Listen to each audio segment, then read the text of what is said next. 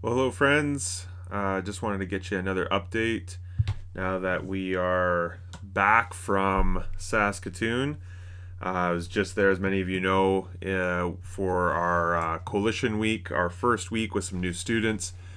And just because I know it could be confusing and it's kind of, trying to figure out, okay, what do I actually do? What is the coalition? All that kind of stuff.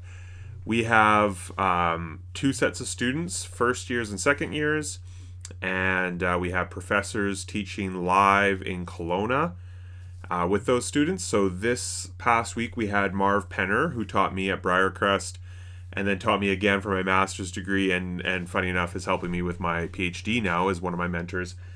Marv Penner was teaching on spiritual formation, and then we had Sid Coop leading a class on youth culture, understanding today's youth culture, and going through lots of different stuff in there. And so, with the group in Kelowna, with these two groups and students there and the professors there, we have a ton of tech, TVs, microphones, video cameras, and it's all sent across Canada to other students so they don't have to all fly out to Kelowna. So when the program first started, when I was in the program, I think it was 2018 or something like that. It started with Kelowna being the only spot, and you had to get out there. So we had some students from Ontario flying 8 times over 2 years. Now we offer obviously in Kelowna, but then Saskatoon, Winnipeg, and Toronto. And so the students are meeting in groups across the country. So I was with the Saskatoon group. There was 4 students in the second year with Sid, and 2 new students in Marv's class. So primarily I was with the new students. We're all in the same building at Horizon College and Seminary in Saskatoon, and I'm just making sure things are set up. I'm hosting the students. I'm there hanging out, getting to know them, building relationships, mentoring and coaching, and just enjoying my time with them. So that was my last week out in Saskatoon. Thank you for your prayers as we dive into a new year with the coalition. We are at record numbers of students, which is super exciting, and it's just been cool to be part of this team. In addition to that, as many of you have probably heard, I'm helping out with some youth ministry stuff at Gospel Chapel again. Lucas Boschman, who's actually, many of you know him, but he's actually started with the coalition, and he was in his first year with Marv this last week. I'm working with Lucas. I'm mentoring and coaching him in his role at Gospel Chapel as the youth leader. And I'm also running a youth discipleship community each week, and we've been getting together now for a month, once a week on Tuesday nights, with my team, and it has been just super cool and pretty exciting. So you have your kickoff event. We had over 30 students show up, which is you know 20 more than I kind of expected or planned for, especially when we're really intentional about diving deep into God's Word and practicing spiritual disciplines and so forth. But after the kickoff, you kind of go, okay, people checked it out and they'll probably taper off, but we've just continued to get the same or more students every week. And now, of course, it's not just about numbers, though that was a kind of a bonus and we're excited for. It's also been, and even more important, super cool to see how the students are engaging.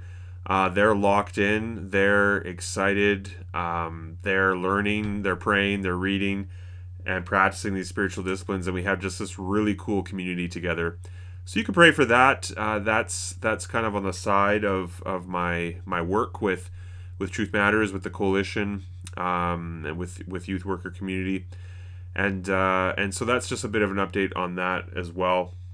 Our family's doing great. Nora and Miles are enjoying grade 5 and grade 3. This week is early dismissals, and as the parent at home, I'll be here with them when they get off from school a little bit earlier. But I also get to go see the work that they've been doing in their classes and the things that they've been enjoying and learning there. Shayna's also doing great. She's been working hard and working full time helping out the family in major ways financially, and we're just really blessed. And so that's more or less the update for now. We have, I'm continuing to grade all the students' work. I'm continuing to work on my school, my PhD, hoping to get that done in the next couple years if I can. So I'm working through some coursework there, and that's self-paced, and just doing a lot of research and studying with that right now. And just enjoying being home and being with the whole family together again. Shane and Nora were recently on a trip to Ontario, and of course I was in Saskatoon, so Miles was holding down the fort here with my brother, and we're just really thankful for him too, and that we have family stepping in to help us out when we have some of these work trips and stuff. But we're all back together again. We're looking forward to the fall as the weather is just getting really cold here in Grand Forks and kind of settling in, getting into the fall here. But we just want to continue to thank you, and we are so grateful for your prayers, for your support, and for the financial support as well. And so it looks like we're ending off 2025 really well. And that's a huge blessing, and we're thankful for that. And I'll be looking into the new year as things it looks like a few donors and maybe just potentially a few other things will kind of drop, which is okay, and we kind of plan for that. But we'll be looking into the new year to pick up or find a few more donors along the way in 2026. And so if God's speaking to you in that way, and you're looking to partner with us, we would love to chat with you about that. Also, as I know I hate to say it, but as we are wrapping up makes sense, winding down 2025, with these last few months, sometimes it's a good time to look at charitable donations and all that kind of stuff and giving. And so if you are interested in maybe, giving in 2025 and I can receive it in 2026, that's an option as well.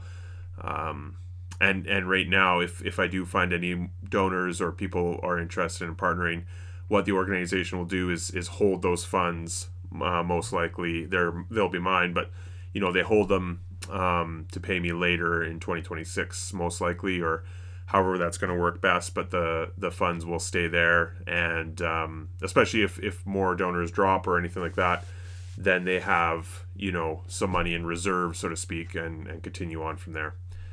So friends, thank you again. Feel free to reach out if you ever want to hear more about what we're doing, or if you need to know more. I would love to tell you.